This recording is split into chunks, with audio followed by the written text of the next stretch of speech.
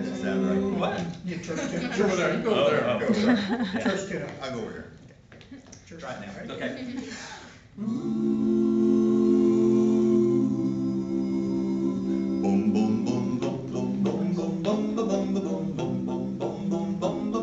When I was a kid, I'd take a trip every summer down to Mississippi to visit my Grammy in her antebellum world. Well, I'd run barefooted all day long, climbing trees as free as a song. One day I happened to catch myself a squirrel. Well, I stuffed him down an old shoebox and punched a couple of holes in the top. Sunday came and I snuck him into church. Well, I sat way back in the very last pew, showing him to my good buddy here, when that squirrel got loose and went totally berserk.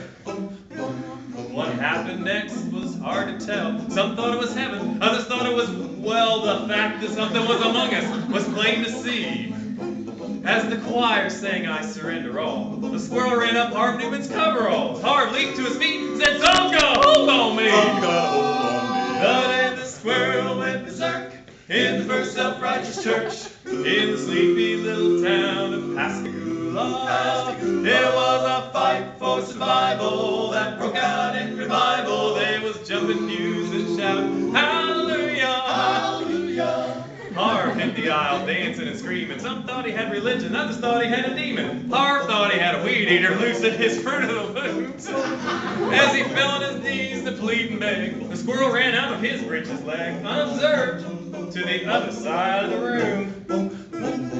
All the way down to the amen pew where sat Sister Bertha better than you, who've been watching all this commotion with sadistic glee.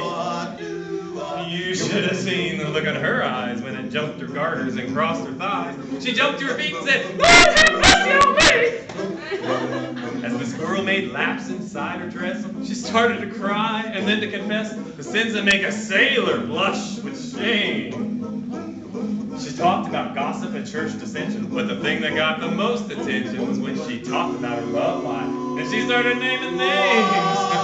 The day the squirrel went berserk in the first self-righteous church in the sleepy little town of Pascagoula. There was a fight for survival that broke out in revival. They was jumping pews and shouting, "Hallelujah, hallelujah." Well, 7 deacons and the pastor got saved, and $25,000 got raised, and 50 volunteered for missions in the Congo on the spot. And even without an invitation, there were at least 500 rededications. We all got rebaptized, whether we needed it or not.